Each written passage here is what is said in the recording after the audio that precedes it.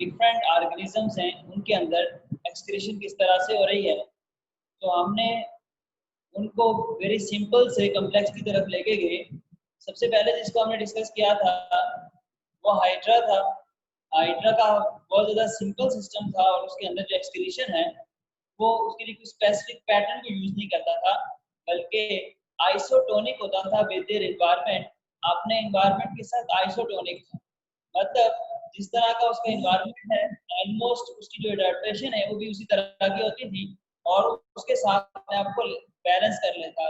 उसके बाद सेकंड जो ग्रुप था वो प्लेनेरिया वाला था, प्लेटीहेल्मिन्थेस का था।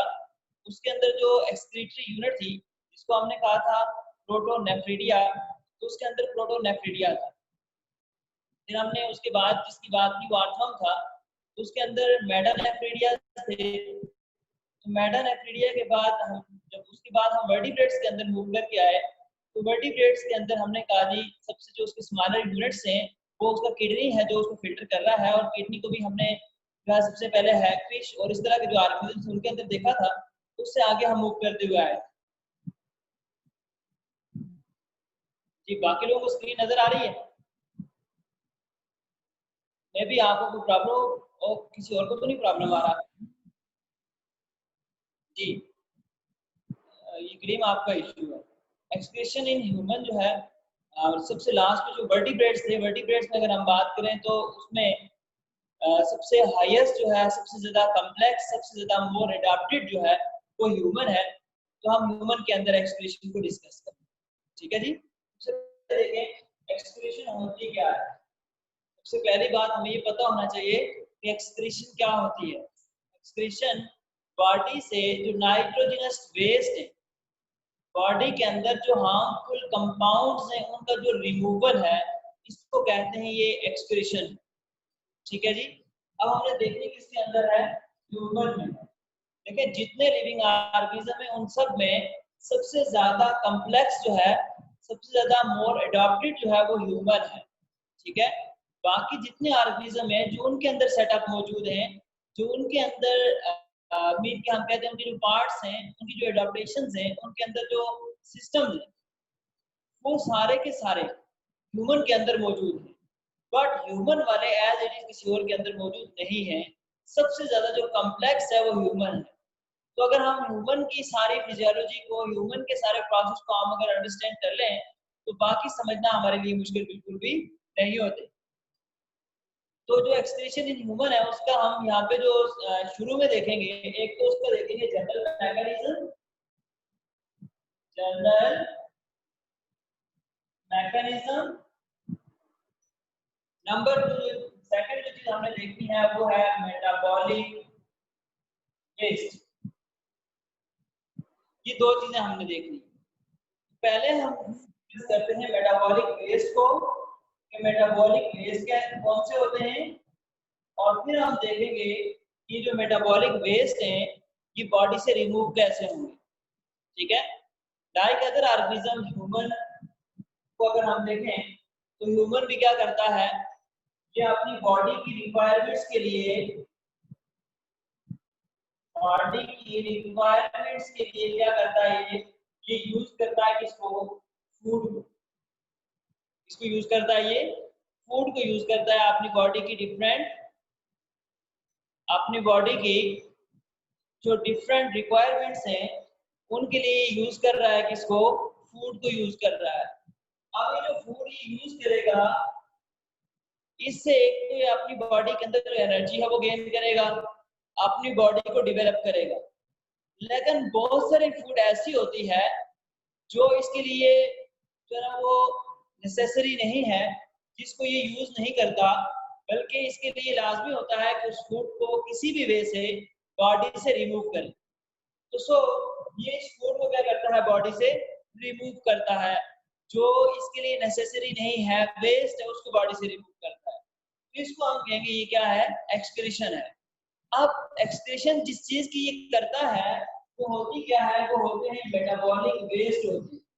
क्या होते हैं, मेटाबॉलिक वेस्ट। अगर हम बात करें मेटाबॉलिक वेस्ट की, तो मेटाबॉलिक वेस्ट कौन से होंगे, बाकी सारे वेस्ट तो हम देखते हैं कि यहाँ वेस्ट है, ये बहुत सारे वेस्ट की हम बात करते हैं। लेकिन मेटाबॉलिक वेस्ट जो हम वर्ड यूज करते हैं, मेटाबॉलिक वेस्ट का क्या मतलब? देखिए जो ह्यूमन बॉडी है इसका जो सबसे सिंपलर यूनिट है, सबसे ज्यादा अगर हम देखें सबसे जो सिंपल इसकी यूनिट है, सेंट्रल यूनिट सबसे सिंपल यूनिट है, तो हम कहते हैं कौन सी है जी? इसका सेल होता है। कौन सा होता है? सेल जो है इसकी सबसे सिंपल यूनिट है सेल। अब बॉडी के जितने रिएक्शन होते हैं सारे के सारे किसमें होते हैं? इस सेल के अंदर। हम कहते हैं जब हमारी बॉडी बिल्कुल रेस्ट कंडीशन में होती है, जब हम कोई काम नहीं कर रहे होते, कोई एक्टिविटी नहीं कर रहे होते, स्लीपिंग मोड में होते हैं, मोर देन 24,000 रिएक्शन उस टाइम पे भी हमारी बॉडी के अंदर हो रहे होते हैं। अब जब इतने रिएक्शन एक टाइम पे हमारी बॉडी में होते हैं, तो अल्टीमेटली जब रिएक्शन होंगे सेल के अंदर क्या होंगे? बहुत सारे रिएक्शन होंगे। ठीक है जी, ये जो रिएक्शन है इनके लिए हमें रिक्वायर्ड होंगे क्या चीज? रिएक्टेंट्स। क्या रिक्वायर्ड होंगे? रिएक्टेंट्स रिक्वायर्ड होंगे। रिएक्टेंट्स हमारी बॉडी लेगी, मतलब हमारा सेल जो है वो रिएक्टेंट्स को लेगा, इन रिएक्टेंट्स के साथ करेगा क्या? इनके ऊपर होगा रिएक्शन, रिएक्शन के रिजल्ट में प्रोड्यूस होंगे क्या चीज? प्रोडक्ट्स प्रोड्यूस होंगे। ठीक है जी। अब ये जो प्रोडक्ट्स हैं वो डिफरेंट नेचर के होंगे। कुछ प्रोडक्ट ऐसे होंगे जिनको बॉडी यूज करेगी फॉर एनर्जी, इसके लिए यूज करेगी, एनर्जी के लिए यूज करेगी। कुछ ऐसे होंगे जिनको बॉडी यूज करेगी फॉर मेकअप, अपने आप को बनाने के लिए यूज करेगी। कुछ ऐसी चीजें होंगी, ऐसे प्रोडक्ट्स होंगे जिनको बॉडी क्या कर लेगी? स्टोर कर लेगी। मीन बॉडी जो है वो उसको स्टोर कर लेती है अपने अंदर, इसी तरह से उसको रख लेती है ताकि जरूरत के वक्त उसको जो है वो काम आए। तो कुछ ऐसे प्रोडक्ट्स होते हैं जो बॉडी के लिए हार्मफुल होते हैं, मतलब बॉडी में रहेंगे तो बॉडी को नुकसान होगा। ऐसे जो कंपाउंड है उनको कहते हैं ये कौन से हैं? Harmful compound. और मोस्टली ये जो हार्मफुल कंपाउंड होते हैं ये होते हैं कौन से वाले? नाइट्रोजन के बने हुए होते हैं, नाइट्रोजिनस कंपाउंड होते हैं। जो हार्मफुल कंपाउंड है मोस्टली कौन से हैं? ये नाइट्रोजिनस कंपाउंड है। नाइट्रोजिनस कंपाउंड का क्या मतलब होगा? कि नाइट्रोजन से बने हुए हैं, नाइट्रोजन कंटेनिंग कंपाउंड है, बट ये हार्मफुल कंपाउंड। अब इन हार्मफुल कंपाउंड को बॉडी से रिमूव किया जाएगा, तो इनकी एक्सक्रीशन जो है वो नेसेसरी है, इनको एक्सक्रीट किया जाएगा। बट ये जो कंपाउंड हार्मफुल प्रोड्यूस हुए हैं, प्रोड्यूस किस लेवल के ऊपर हुए हैं? सेल के लेवल के ऊपर हुए हैं। और किसके रिजल्ट में प्रोड्यूस हुए हैं? ये जो रिएक्शन है उसके रिजल्ट में प्रोड्यूस हुए हैं। और सेल के अंदर जो रिएक्शन होते हैं या बॉडी के अंदर लिविंग सिस्टम के अंदर जो रिएक्शन होते हैं उनको कलेक्टिवली हम कहते हैं क्या है? ये होते हैं मेटाबॉलिज्म, इसको कहते हैं पूरे प्रोसेस को, या बॉडी के जितने रिएक्शन है। सिंपल सी बात है कि बॉडी के अंदर जितने रिएक्शन है कलेक्टिवली उन सारे रिएक्शंस को हम कहते हैं ये क्या है? मेटाबॉलिज्म। क्या चीज है ये? मेटाबॉलिज्म। अब हम अगर बात करें ये मेटाबॉलिज्म है तो मेटाबॉलिज्म डिफरेंट जो है टाइप का है, एनाबॉलिज्म है, कैटाबॉलिज्म है। ठीक है, तो इसमें से हम कहते हैं जी मेटाबॉलिज्म के अंदर जो है वो मेटाबॉलिज्म में एनाबॉलिज्म है और दूसरा कौन सा वाला है? कैटाबॉलिज्म। ठीक है, एनाबॉलिज्म के अंदर जो है वो चीजें बनती हैं, कैटाबॉलिज्म के अंदर क्या है? चीजें ब्रेक होती हैं। पर जो मेटाबॉलिज्म है ये जो होता है ये बेसिकली रिएक्शन है। ठीक है, और इस लेवल को हम कहेंगे ये कौन सा है? मेटाबॉलिक लेवल है, या हम कहेंगे जी ये मेटाबॉलिक जो है वो आपके पास सेंटर है, मेटाबॉलिक लेवल है। ठीक है, जब कोई वेस्ट मेटाबॉलिक लेवल के ऊपर प्रोड्यूस होता है, मतलब सेल के अंदर रिएक्शन और उन रिएक्शंस के रिजल्ट में प्रोड्यूस होता है, उसको हम कहते हैं ये कौन सा है? Metabolic waste. ठीक है, मेटाबॉलिक वेस्ट कौन सा है? ऐसा वेस्ट, ऐसा बॉडी का वेस्ट प्रोडक्ट जो प्रोड्यूस हो कहां पे? मेटाबॉलिक लेवल पे प्रोड्यूस हो, मतलब सेल के अंदर रिएक्शंस के रिजल्ट में प्रोड्यूस हो, उसको हम कहते हैं ये कौन सा है? Metabolic waste. ठीक है, मेटाबॉलिक वेस्ट को मैं रिवाइज कर रहा हूँ, देखिएगा। बेसिकली मेटाबॉलिक वेस्ट है क्या? ठीक है, सिंपल सी बात तो ये है, मेटाबॉलिक वेस्ट वो है जो बॉडी के अंदर मेटाबॉलिक लेवल के ऊपर प्रोड्यूस होते हैं। मेटाबॉलिज्म के रिजल्ट में जो वेस्ट प्रोड्यूस होते हैं उनको मेटाबॉलिक वेस्ट कहते हैं। वेरी सिंपल यही है कि बॉडी में जो मेटाबॉलिज्म के रिजल्ट में वेस्ट प्रोडक्ट प्रोड्यूस होते हैं उन वेस्ट को हम कहते हैं ये कौन से है? Metabolic waste. अब जो मैंने इसके पीछे वो पूरी कहानी बताई वो क्या है कि हमारी बॉडी जो है वो हर टाइम रिएक्शन कर रही होती है, बॉडी के अंदर बहुत सारे रिएक्शन हो रहे होते हैं, मीन मेटाबॉलिज्म हो रहा होता है। ये जो मेटाबॉलिज्म बॉडी के अंदर होता है, ठीक है, मतलब रिएक्शन हो रहे हैं, अल्टीमेटली इन रिएक्शंस के लिए कुछ हमें रिएक्टेंट्स रिक्वायर्ड है। रिएक्टेंट्स कौन से सब्सटेंस होते हैं? वो इनिशियल सब्सटेंस जिनको यूज करके बॉडी जो है वो कोई प्रोसेस करती है, उसको रिएक्टेंट्स कहते हैं। अब रिएक्टेंट्स हमारी बॉडी लेगी, इनके ऊपर रिएक्शन होंगे, रिएक्शन के रिजल्ट में क्या प्रोड्यूस होगा? प्रोडक्ट्स प्रोड्यूस होंगे। अब जो प्रोडक्ट्स हैं वो डिफरेंट नेचर के हैं। कुछ ऐसे प्रोडक्ट्स हैं जिनको बॉडी यूज करती है फॉर एनर्जी, एनर्जी के लिए यूज करती है। कुछ ऐसे हैं जिनको यूज करती है बॉडी फॉर देयर मेकअप, अपने आप को बिल्ड करने के लिए यूज करती है। बॉडी के जो डिफरेंट कंपोनेंट्स हैं उनको बनाने के लिए बॉडी यूज करती है। और कुछ ऐसे हैं जिनको बॉडी के अंदर क्या किया जाता है? स्टोर किया जाता है, ठीक है, बॉडी अपने अंदर स्टोर कर लेती है। और कुछ कंपाउंड ऐसे प्रोड्यूस हो जाते हैं जो वेस्ट होते हैं, मतलब जो बॉडी के लिए रिक्वायर्ड नहीं होते, जिन जो अगर बॉडी के अंदर हैं तो बॉडी को उनसे प्रॉब्लम होगी। ऐसे जो जो सब्सटेंस होते हैं, आप कहते हैं ये हार्मफुल सब्सटेंस। और ये जो सब्सटेंस हैं ये कौन से हैं? ये नाइट्रोजनस सब्सटेंस हैं, ये नाइट्रोजनस कंपाउंड। इन नाइट्रोजनस कंपाउंड को बॉडी से रिमूव किया जाना जो है वो नेसेसरी होता है, लाजमी होता है, ठीक है। इनको बॉडी से जो रिमूवल का प्रोसेस है उसको हम कहते हैं, ये कौन सा है? ये एक्सक्रीशन है। बट अगर हम इस एक्सक्रीशन को देखें, ये जिस चीज की हम कर रहे हैं ये वो वेस्ट है जो प्रोड्यूस हुए किसके रिजल्ट में? मेटाबॉलिज्म के रिजल्ट में। तो इन वेस्ट को हम कहते हैं ये कौन से हैं? ये मेटाबॉलिक वेस्ट। कौन से वाले हैं ये? Metabolic waste. सिंपल सी बात, मेटाबॉलिक वेस्ट कौन से हैं? ऐसे वेस्ट हैं जो मेटाबॉलिज्म के रिजल्ट में प्रोड्यूस होते हैं। उन वेस्ट को हम कहते हैं ये कौन से हैं? ये मेटाबॉलिक वेस्ट होते हैं। ये बात क्लियर है? मेटाबॉलिक वेस्ट क्या होते हैं? वो वेस्ट हैं जो बॉडी के अंदर हार्मफुल प्रोड्यूस होते हैं बट मेटाबॉलिज्म के रिजल्ट में प्रोड्यूस होते हैं। ऐसे वेस्ट को हम कहते हैं ये कौन से हैं? ये मेटाबॉलिक वेस्ट। क्लियर है मेटाबॉलिक वेस्ट?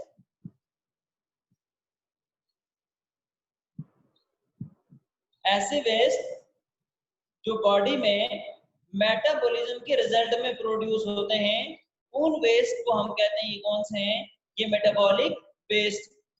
ओके जी। अब हम कुछ मेटाबॉलिक वेस्ट को देखते हैं जो बॉडी के अंदर होते हैं और बॉडी जो है उनको रिमूव करना बॉडी के लिए नेसेसरी होता है और बॉडी उनको रिमूव करती है। स्पेशल जो ह्यूमन बॉडी है नॉर्मल कंडीशन के अंदर जिनको रिमूव करती है, उनको हम देखते हैं कि कौन कौन से metabolic waste.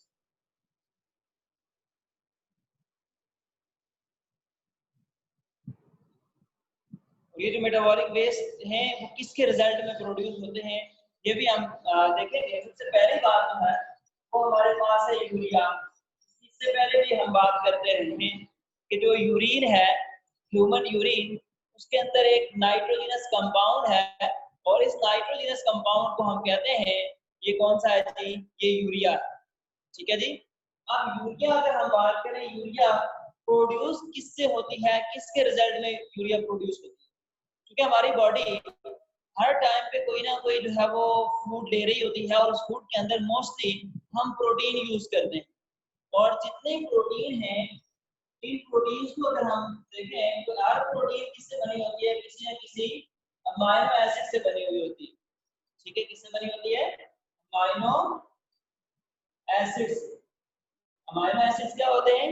These are the building blocks of protein. These are the building units of protein. Protein की ये बेसिक बिल्डिंग यूनिट्स हैं, इनको हम कहते हैं ये कौन से हैं? Amino acids. कौन सी चीजें हैं ये? Amino acids. अब जब अमाइनो एसिड जो है इनके साथ एक स्पेशलाइज्ड ग्रुप होता है जिसको कहते हैं अमाइन ग्रुप, जिसकी वजह से इसको हम अमाइनो एसिड कह रहे होते हैं, NH2 ग्रुप होता है। बाकी सारे जो इसका रिमेनिंग जो पार्ट है उसको तो बॉडी एनर्जी के लिए किसी प्रोसेस के लिए यूज कर लेती है, बॉडी जो NH2 ग्रुप है इसको बॉडी ने रिमूव करना होता है। ये जो NH2 ग्रुप है जैसा ये जो ना अमाइनो एसिड से अलग होता है, इस प्रोसेस के थ्रू ये अलग होता है, उसको हम कहते हैं डीएमिनेशन। डीएमिनेशन कहते हैं।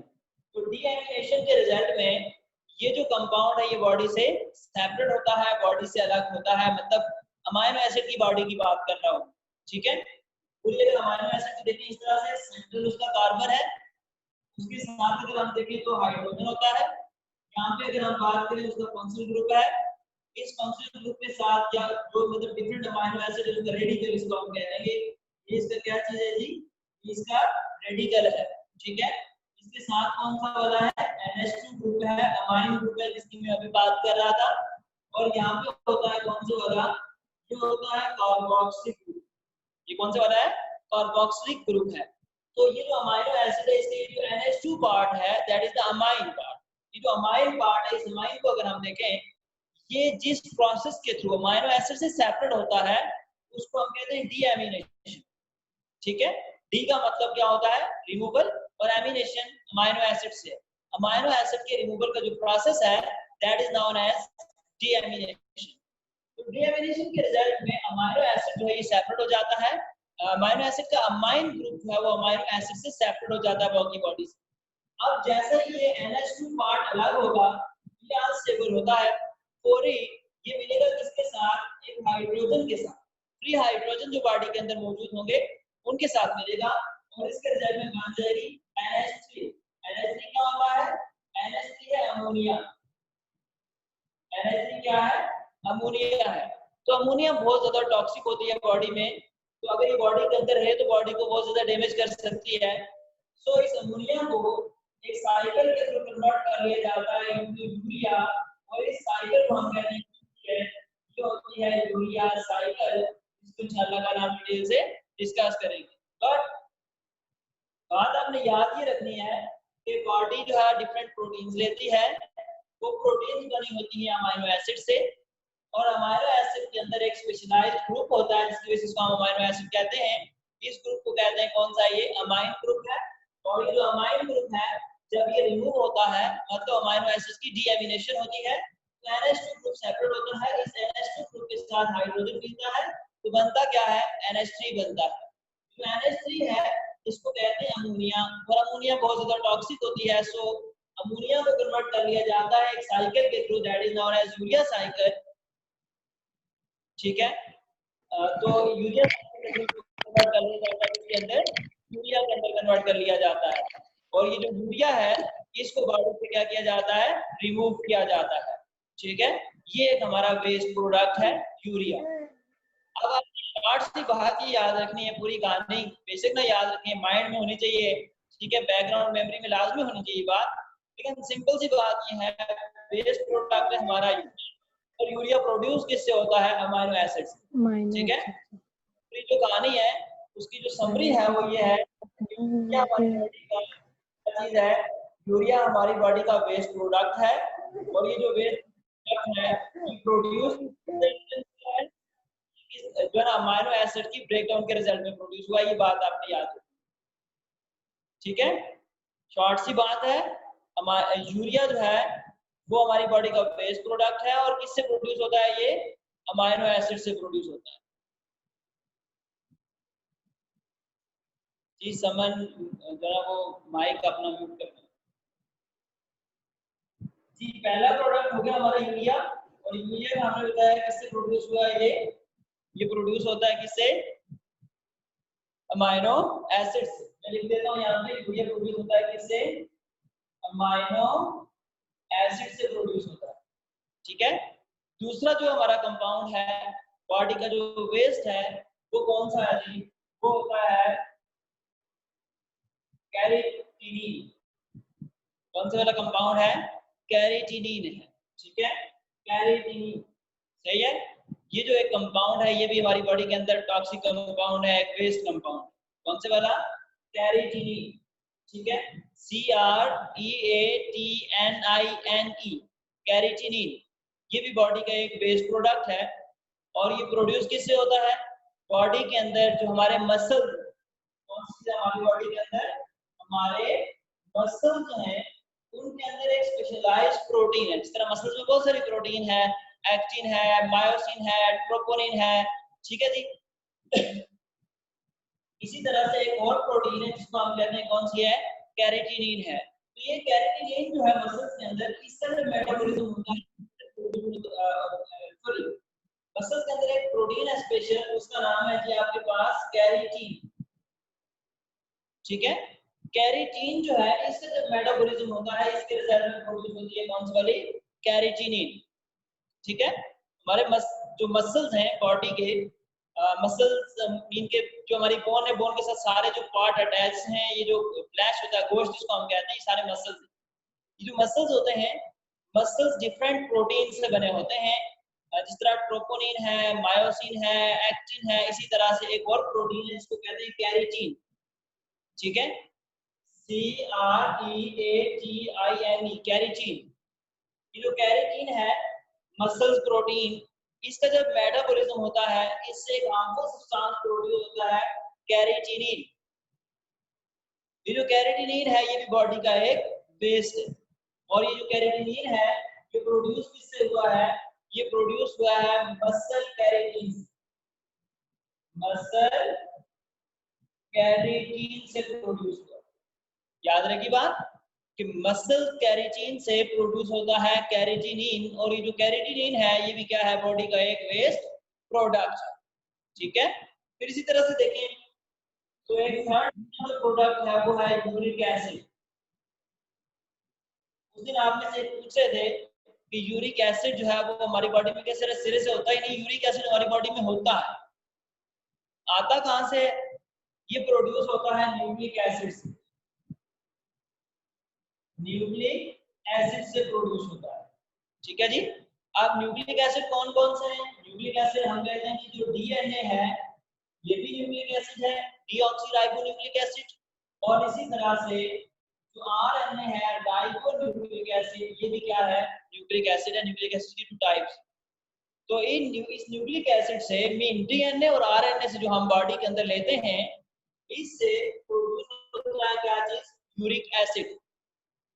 ठीक है, और यही यूरिक एसिड अगर हमारी बॉडी में थोड़ी सी इसकी अमाउंट ज्यादा हो जाए, स्पेसिफिक इसकी अमाउंट से अगर इसका लेवल इंक्रीज कर जाए, तो हमारे जो जॉइंट्स हैं उनके अंदर ये एक्यूमुलेट होना शुरू हो जाता है, जॉइंट्स पेन स्टार्ट हो जाता है, जो बॉडी की मोबिलिटी है, मतलब बॉडी की जो मूव करने की जो एबिलिटी है, ये क्या कर लॉस हो जाती है, बॉडी प्रॉपर्ली मूव नहीं कर सकती। ठीक है, और बहुत ज्यादा स्वेयर पेन होता है, जो जॉइंट्स हैं वो जो है रब हो जाते हैं, उनका जो कार्टिलेज है वो डैमेज हो जाता है। सो यूरिक एसिड की जो हाई अमाउंट है वो बॉडी के लिए प्रॉब्लमेटिक है। सो यूरिक एसिड को बॉडी से रिमूव करना लाजमी है, और यूरिक एसिड जो है ये बॉडी का एक वेस्ट प्रोडक्ट है। अब क्वेश्चन ये रेज होता है, यूरिक एसिड तो ठीक है, न्यूक्लिक एसिड से प्रोड्यूस हो गया, बट ये न्यूक्लिक एसिड हमारी बॉडी में कैसे आता है। देखें, हम जो है ना वो यूज करते हैं क्या चीज, या तो कार्निवोर है हम, ठीक है, मतलब कार्निवोर भी है और हर्बीवोर भी है, ओमनीवोर है। ठीक है, ओमनीवोर है, सो हम जो क्या यूज करते हैं, प्लांट्स को भी ईट करते हैं और एनिमल को भी ईट करते हैं। ठीक है, गोश्त भी खाते हैं, सब्जियां भी खाते हैं। अब गोश्त और सब्जियां जो है अल्टीमेटली वो लिविंग ऑर्गेनिज्म का पार्ट्स है। अगर लिविंग ऑर्गेनिज्म का वो पार्ट्स है, इट्स मीन हम सेल यूज करते हैं, और सेल के अंदर न्यूक्लियस होता है, और न्यूक्लियस के अंदर क्या है, डीएनए मौजूद होता है, क्रोमोसोम है वो हम खा रहे होते हैं। और इसी तरह से अगर सेल के साइटोप्लाज्म की बात की जाए, तो साइटोप्लाज्म के अंदर क्या चीज मौजूद होती है, जो सेल है उसके साइटोप्लाज्म के अंदर आरएनए मौजूद होते हैं, messenger RNA, transfer RNA, ribosomal RNA. ठीक है, उनकी तो हम बाद में बात करेंगे जब हम चैप्टर को डिस्कस करेंगे, फर्स्ट ईयर में भी हमने उनको टच दिया है। बहरहाल सिंपल सी बात यह है कि जो हम फूड यूज करते हैं उस फूड में प्लांट्स और एनिमल सेल होते हैं। प्लांट्स और एनिमल सेल के अंदर उनका न्यूक्लिक एसिड है, वो न्यूक्लिक एसिड जब हम यूज करते हैं उसके रिजल्ट में हमारी बॉडी के अंदर क्या प्रोड्यूस हो जाता है, उसके रिजल्ट में यूरिक एसिड प्रोड्यूस हो जाता है। और ये जो यूरिक एसिड है इसको बॉडी से रिमूव करना लाजमी है, और यूरिक एसिड बॉडी का एक वेस्ट प्रोडक्ट। ठीक है जी, नेक्स्ट एक और प्रोडक्ट है जिसको हम कहते हैं बाइलिरुबिन। वेस्ट प्रोडक्ट है बाइलिरुबिन।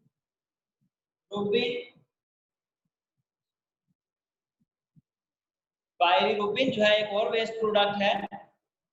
बाइलिरुबिन किससे प्रोड्यूस होता है, हमारे बॉडी के अंदर रेड ब्लड सेल्स होते हैं, और आपको पता है कि इनका नंबर सबसे ज्यादा होता है। जो रेड ब्लड सेल्स उनमें सब जो ब्लड है हमारा उसमें जो सबसे ज्यादा नंबर होता है वो रेड ब्लड सेल्स का है। तो ये जो रेड ब्लड सेल्स हैं इनके ऊपर एक स्पेशल क्वाटरनरी प्रोटीन होती है, इसको हम कहते हैं हीमोग्लोबिन। हीमोग्लोबिन कहते हैं, लिख लेंगे हीमोग्लोबिन, ठीक है। बाइलोरुबिन है, और ये जो बाइलोरुबिन है, ठीक है, इस बाइलोरुबिन को अगर हम देखें तो ये किससे प्रोड्यूस होती है, हमारे जो फूड है, ठीक है, आई मीन हम लेते हैं फूड वगैरह, उससे हमारी बॉडी बनती है, बॉडी के अंदर रेड ब्लड सेल्स भी बनते हैं। जो रेड ब्लड सेल्स हैं, तो रेड ब्लड सेल्स के अंदर एक क्वाटरनरी प्रोटीन है जिसको हम कहते हैं, कौन सी है, हीमोग्लोबिन है। कौन सी है क्वाटरनरी प्रोटीन, हीमोग्लोबिन। ये जो हीमोग्लोबिन है, इस हीमोग्लोबिन को अगर हम देखें तो हीमोग्लोबिन जो है इसकी ब्रेकडाउन होती है कहाँ पे, हमारे लीवर में। कहाँ पे ब्रेकडाउन होती है इसकी, लीवर में जो ना ब्रेकडाउन होती है, ठीक है। जब इसकी ब्रेकडाउन होगी, एक तो इससे प्रोड्यूस होती है बाइल, ठीक है ना, बाइल प्रोड्यूस होती है। तो दूसरा जो है इससे प्रोड्यूस होती है क्या चीज, बाइलिरुबिन, ठीक है। ये भी एक बेस है, तो इसको भी बॉडी से रिमूव करवाया जाता है, इसको भी बॉडी से रिमूव करवाना एसेंशियल है, लाजमी है, अदरवाइज ये भी कैसी है, टॉक्सिक कंपाउंड, ठीक है। तो इनमें मेन प्रोडक्ट जो हमने बात की, मेन प्रोडक्ट में कितने होते हैं हमारे, 4 मेजर प्रोडक्ट्स हो गए, वेस्ट प्रोडक्ट्स हो गए। पहला कौन सा था, या कैरेटिनिन, यूरिक एसिड, और कौन सा है, बाइलोरुबिन, सही है।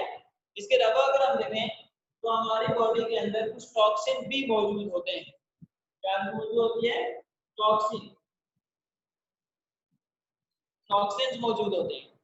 अब ये टॉक्सिन्स कहाँ से आते हैं, कुछ टॉक्सिन तो हम जो है ना वो बॉडी के अंदर प्रोड्यूस होते हैं, ठीक है। इनका मैं लिख देता हूँ, कुछ प्रोड्यूस होते हैं किसके रिजल्ट में, मेटाबॉलिज्म के रिजल्ट में प्रोड्यूस हो जाते हैं, ठीक है। मतलब आपने फूड ली, फूड का मेटाबॉलिज्म हुआ, उस मेटाबॉलिज्म के रिजल्ट में कुछ टॉक्सिन प्रोड्यूस हो गए। तो कुछ टॉक्सिन जो है वो किस तरह से प्रोड्यूस हो जाते हैं, वो हम इंजेस्ट कर लेते हैं, वो इंजेक्शन के रिजल्ट में हमारी बॉडी के अंदर चले जाते हैं, उनको हम इंजेस्ट करते हैं। अब इंजेस्ट हम कैसे करेंगे, हमने मतलब सब्जियां वगैरह थी उसके ऊपर पेस्टिसाइड स्प्रे किए हुए थे, वो हमारी बॉडी में चले गई, ठीक है। कुछ मेडिसिन हम यूज कर लेते हैं, ड्रग्स वगैरह जो है यूज करते हैं, तो ये इस सारे के रिजल्ट में बहुत सारे टॉक्सिन जो हमारी बॉडी के अंदर चले जाते हैं। ये टॉक्सिन जो है इनको भी बॉडी से रिमूव करना लाजमी है, इनको भी हम क्या करते हैं, बॉडी से रिमूव करते हैं, ठीक है जी। तो सिंपल, अगर जो लोग स्मोकिंग करते हैं तो जो एक सिगरेट है, उस सिगरेट के जो धुआं है उसके अंदर मोर देन 40,000 गैसेज हैं, वो सारे टॉक्सिन ही है, ठीक है। तो इन टॉक्सिन को बॉडी से रिमूव किया जाता है। इसी तरह से और बाकी जो हमारी फूड होती है उनके साथ बहुत सारे टॉक्सिन चले जाते हैं, जिनको रिमूव करना बॉडी से एसेंशियल होता है, लाजमी होता है। तो उन टॉक्सिन को भी बॉडी रिमूव करती है। तो ह्यूमन जो है, ये क्वेश्चन भी पूछा जाता है, ह्यूमन बॉडी के वेस्ट प्रोडक्ट कौन से, मेटाबॉलिक वेस्ट कौन कौन से और किस किस से प्रोड्यूस होते हैं, ठीक है। ये आपने याद रखना है। यूरिया है जो प्रोड्यूस होता है अमीनो एसिड से, कैरेटिनिन है मसल्स कैरेटिन से प्रोड्यूस होता है, यूरिक एसिड है न्यूक्लिक एसिड से प्रोड्यूस होता है, बायोरुबिन है जो हीमोग्लोबिन से प्रोड्यूस होता है, टॉक्सिन्स हैं जो डिफरेंट ड्रग्स और इनके रिजल्ट में हमारी बॉडी में चले जाते हैं, या बॉडी उनको खुद क्या कर लेती है, प्रोड्यूस कर लेती है, ठीक है होगी बात। तो ये आगे मेटाबॉलिक वेस्ट। अब अगर हम बात करें कि नीड क्या है, रिमूवल ऑफ मेटाबॉलिक वेस्ट की बॉडी को नीड क्या है, बॉडी क्यों उनको रिमूव करवाती है, need to remove metabolic waste. Metabolic waste को बॉडी से रिमूव करवाने की जरूरत क्या है, क्यों इनको हम बॉडी से रिमूव करवाते हैं, या हमारी बॉडी इनको बॉडी के अंदर क्यों नहीं छोड़ देती। क्योंकि जो मेटाबॉलिक वेस्ट है, मेटाबॉलिक वेस्ट जो है ये अगर बॉडी के अंदर रहेंगे, ठीक है, बॉडी के अंदर इनकी कंसंट्रेशन इंक्रीज कर जाएगी, बॉडी के अंदर अगर इनकी अमाउंट इंक्रीज कर जाएगी तो क्या होगा, बॉडी को ये हार्म करेंगे, क्या करेंगे, बॉडी को हार्म करेंगे, बॉडी को नुकसान पहुंचाएंगे। मैंने शार्ट से आपको यूरिक एसिड का बताया है, तो बॉडी को अगर ये हार्म करेंगे तो बॉडी प्रॉपरली फंक्शनल नहीं रहेगी, बॉडी काम नहीं कर सकेगी। सो इनको बॉडी से रिमूव करना लाजमी है, ठीक है, इनको बॉडी से रिमूव किया जाना चाहिए। सही होगी बात। फिर देखें, आप बॉडी के अंदर से ये सारी चीजें रिमूव की जाती हैं, अल्टीमेटली कोई ना कोई आर्गन होंगे, कुछ चीजें होंगी जिनके साथ इनको बॉडी से रिमूव किया जाता है, या बॉडी से रिमूव इनको किया जाता है, बॉडी से रिमूव होती है। उसके लिए कौन कौन सा आर्गन है जो वर्क करते हैं, जो काम करते हैं, ठीक है। उनमें अगर हम देखें तो 3 जो है वो आर्गन है जो एक्सक्रीशन के अंदर जो है काम करते हैं। बाज लोग इनको 2 कंसीडर करते हैं, और वैसे जो है 3 हैं आर्गन, तो वो है स्किन, लेकिन हम उसको जो है वो निगलेक्ट कर लेते हैं। पहला जो है वो हमारे पास स्किन है, ठीक है। कुछ लोग इसको कहते हैं ये एक्सक्रीटरी आर्गन है, और कुछ लोग कहते हैं नहीं ये एक्सक्रीटरी आर्गन नहीं है। इसके लॉजिक्स क्या है मैं आपको बताता हूँ। नंबर 2 जो है वो हमारे पास कौन सा है, किडनी है, ठीक है। ये वाली किडनी नहीं, किडनी जो है वो जो फिल्ट्रेशन करती है वाली किडनी। और नंबर 3 जो है वो कौन सा है, लीवर, ठीक है। ये 3 जो है वो आर्गन है जिनको हम कहते हैं, ये कौन से हैं, ये बॉडी के एक्सक्रीटरी आर्गन। कौन से वाले, ये बॉडी के एक्सक्रीटरी आर्गन है, सही है। सबसे पहले हम डिस्कस करते हैं skin as a excretory argon.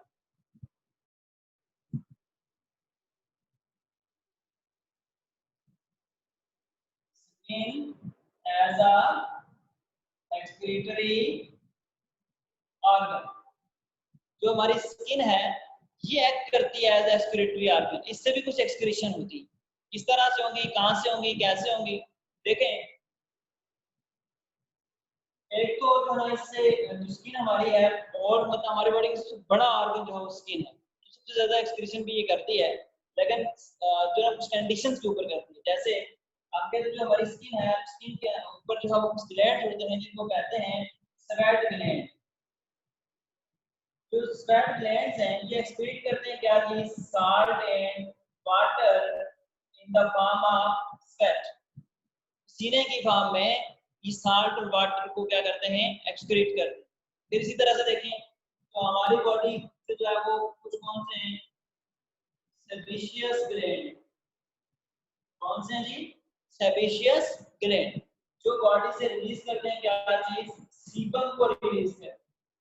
किस चीज को रिलीज करते हैं, सीबम को रिलीज करते हैं, ठीक है। कौन से ग्लैंड है, सेबेशियस ग्लैंड है। और ये जो सेबेशियस ग्लैंड है ये किस चीज को रिलीज करते हैं, ये सीबम को रिलीज करते हैं, ठीक है। स्वेट तो आपको पता है, स्वेट क्या होता है, पसीना जिसको हम कहते हैं, गर्मी लगती है तो पसीना जो है वो आ जाता है, उसके अंदर साल्ट और वाटर दोनों चीजें। सेबेशियस ग्लैंड जो है वो सीबम प्रोड्यूस करते हैं। सीबम क्या है, हम अगर नॉर्मली जो है ना हम सो जाते हैं, सुबह उठे तो हमारे जो स्किन है उसके ऊपर ऑयल ऑयल सा होता है, ये सारा सीबम है, ठीक है। जो ऑयल है बॉडी का ऑयली सब्सटेंस है, मिक्स, उसके अंदर वेक्स भी होते हैं, ऑयल भी होता है, सॉल्ट्स भी होते हैं। तो ये सारा जो मिक्सचर है इसको हम कहते हैं क्या है, सीबम। इसको जो ग्लैंड रिलीज करते हैं, तो ग्लैंड कौन से हैं, वो सेबेशियस ग्लैंड्स होते हैं जो इसकी एक्सक्रीशन करते हैं, ठीक है जी।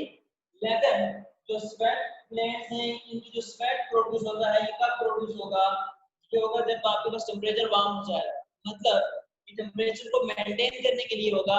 तो ये किस टाइम पे होता है या कब होगा, ये होगा किसके लिए, थर्मो रेगुलेशन के लिए होगा, ठीक है। तो जो सीबम है ये कब प्रोड्यूस होगा, ये प्रोड्यूस स्पीशीज ग्लैंड को प्रोड्यूस करेंगे, होगा कब प्रोड्यूस, या इसका फंक्शन क्या है। फंक्शन ये है कि बॉडी को और हमारी स्किन को प्रोटेक्ट करता है, किससे, माइक्रो ऑर्गेनिज्म से प्रोटेक्शन के लिए होगा। तो इसका काम कौन सा है, प्रोटेक्शन। तो ये जो दो टॉपिक्स हैं, एक तो इसका सीबम का आ गया प्रोटेक्शन, और जो है ना स्वेट का आ गया कौन सा वाला, थर्मो रेगुलेशन। इसी वजह से कहते हैं कि स्किन जो है वो एक्सक्रीटरी ऑर्गन नहीं है, बल्कि वो थर्मो रेगुलेशन करवाता है और प्रोटेक्शन करता है। लेकिन जो दूसरा सेंस है उसके अंदर अगर आप देखें